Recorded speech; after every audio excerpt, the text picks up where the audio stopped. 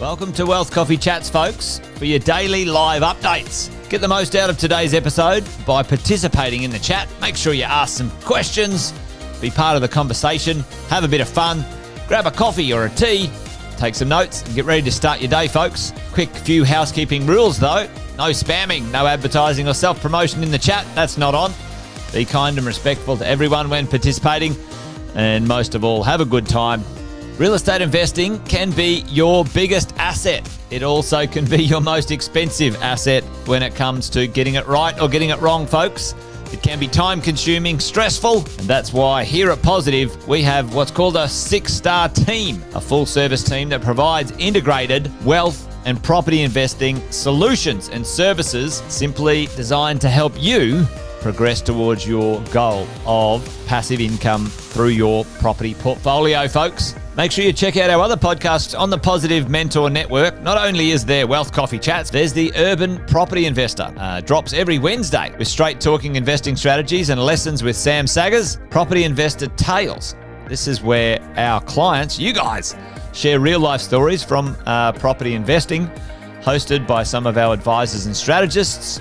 And that's done every fortnight, dropping every Monday. Wealth, Wine and Wisdom, folks, that debriefs the week that was in the world of finance and property, hosted by yours truly, Jason Witten and Andy Fenton on Fridays. Hey, good morning, folks.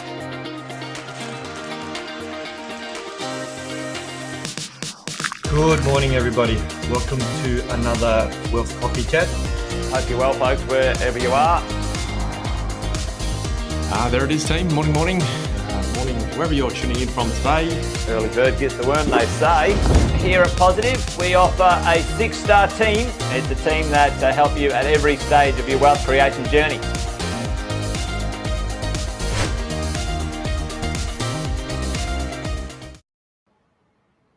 Good morning, everybody. Welcome to another edition of Wealth Coffee Chat, our Friday edition. Why did the broker go to therapy? They couldn't handle rejection, especially credit rejection.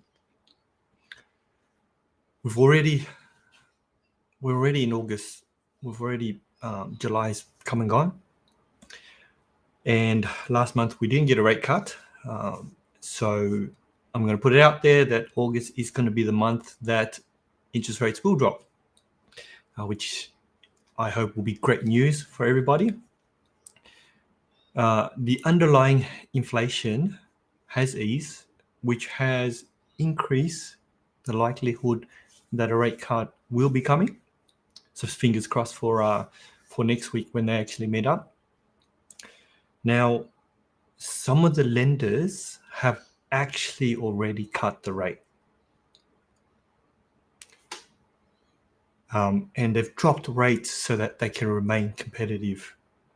So it is a good idea to reach out to your brokers and actually see what your lenders are offering for new clients, because that's often the best comparison, is to compare your rates with what rates are being offered by your lender for new clients coming into that bank.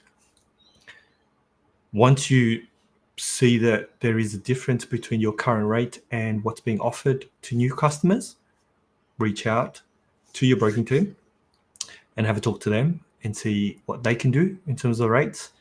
And here's just a rough guideline, and I've spoken about this previously, but you get your broking team to talk to the lender, and then you talk to the lender, and then you request a discharge form.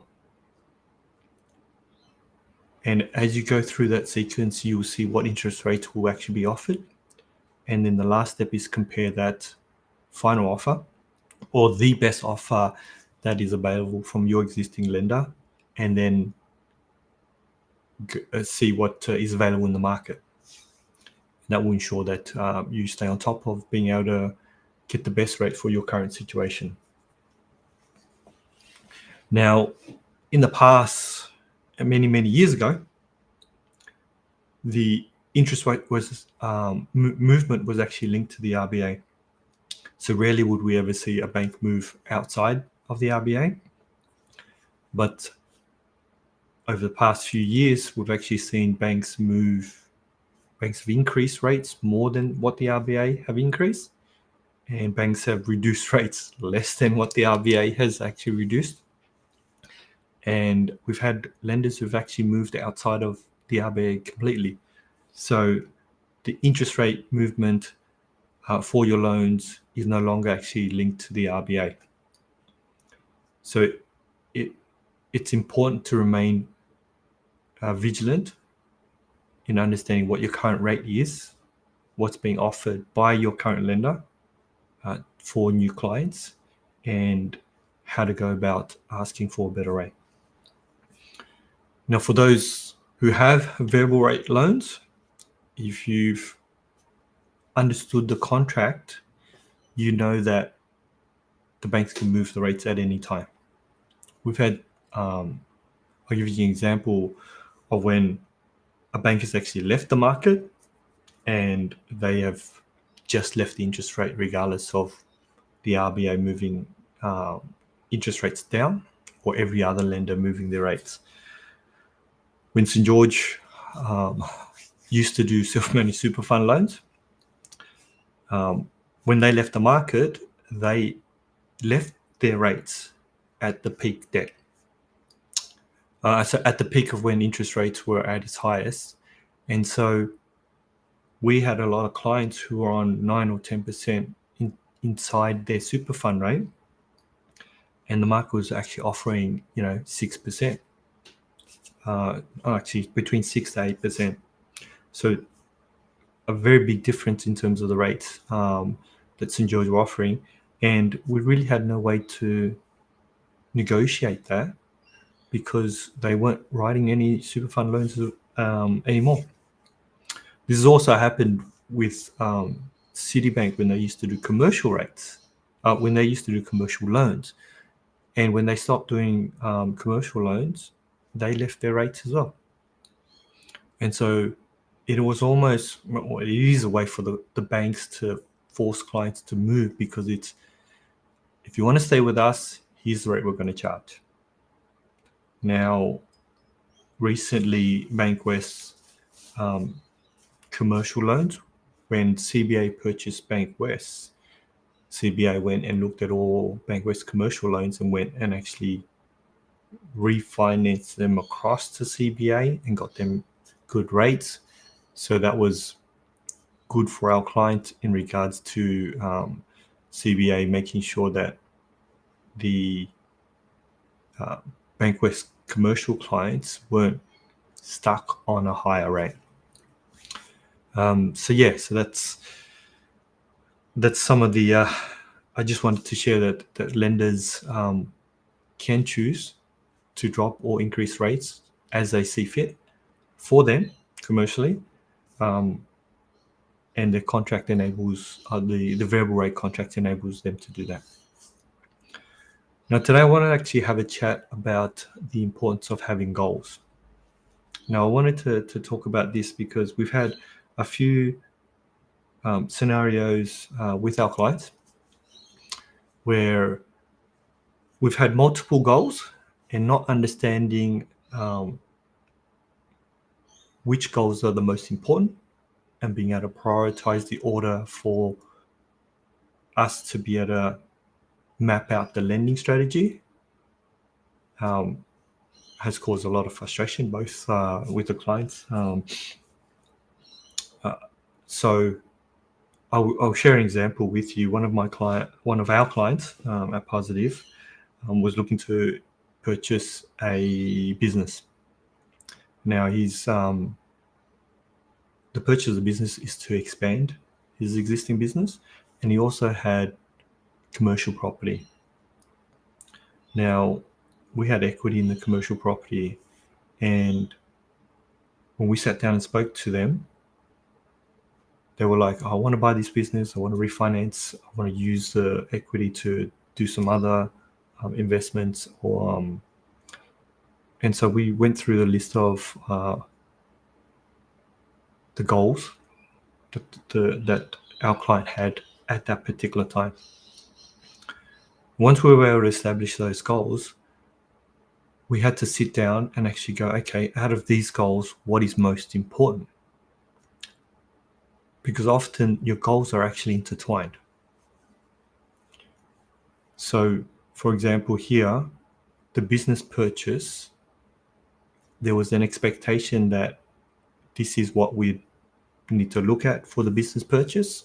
Here's how much money the clients had to complete the purchase of the business, and then they wanted to do, get better rates for their commercial loans. But we had to explain to the clients that when we're looking at this, your or his goals, the goal to refinance the commercial loan and use the equity was not as important as purchasing the business, because the business enabled you to grow and accelerate, increase your income, make more money, which means you can do more in terms of your wealth generation, wealth creation. And part of keeping the options open for the business purchase was to have equity available. Because when it comes to purchasing businesses, not all banks are going to be comfortable lending you all the loan amount that you're actually looking for to complete the purchase of the business without potentially using some equity. And so we had to navigate that with the clients with the understanding that we're not going to look at your refinance until we have a solution to the point where here's the loan offer from the bank. Because our team needed to ensure that we had all the different options that were going to be available. Because some banks will go, yes, we'll lend you 50%, but we'll have to use, we want your property as security to be able to lend you the other 50%. And not having that on the table meant that potentially we couldn't refinance and get any equity out, because that would have stopped the clients from being able to purchase the business. So ranking the goals so that we could work out the strategy and the roadmap to going, okay, business purchase, here's all that's available. Once we get the approval for that, we then go, okay, what's the next goal, which is, okay, in this case, we were able to find a solution to purchase the business without using any security. And now we're able to use the security to achieve the second part of the client's goals, which was a better commercial loan interest rate, but also accessing the equity. So having that, knowing those goals are super important. And another one we had was when a client was looking to upgrade their PPR. And part of the upgrade process was for us to work out how we're going to structure the lending so that they would be able to borrow to look at purchasing the property. Now, for that client, that meant that we were talking about moving out of your existing home, making the two properties an investment, because we hadn't sold the existing property and we'd already found the new property. And the bridging loan wasn't an option, even though it was not ideal for the clients. And the ideal scenario was that we find a property, we look to sell a property, and we all settle on the same day. Quite often, that is a very rare occurrence. Often when we sit down with clients, we talk about rate, we talk about the maximum lending, we talk about how to access the equity. But we need to make sure that we understand what the current goals are, because often there are multiple goals and we need to be able to rank them. Now, for me and my team, the last thing we actually look at when we sit down and talk about options that are available is the interest rate. Because I always say that often the guys who lend you the most, often the guys who give you the cheapest rate often don't lend you the most money. So what that means is that we're going to find all the lenders, and the interest rate might be higher for today in order for us to achieve the goal of, maximizing our property, investment property purchase. Yeah. So the rate would be the last thing that we talk about, but it does not mean that we forget about the rate. So the first step is how much can you borrow? What is the interest rate on that? And at what point do we look at refinancing or refinancing? Because often the lender that's lending you the most money are probably a second tier lender or a non-conforming lender based on, their policies and rules.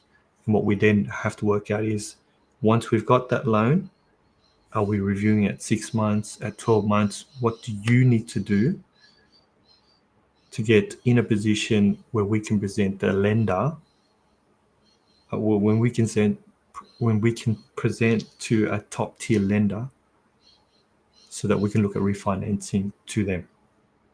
Okay, so I want to just share that with you guys, because I think often we can sit down and list out our goals, and we don't often always achieve all those goals at the first meeting. But we do understand how to sequence it out so that we can eventually get to being able to achieve, all the goals that you've set down and outlined with your brokers. So make sure that you do that, because that's super important. I want to thank you for joining me today.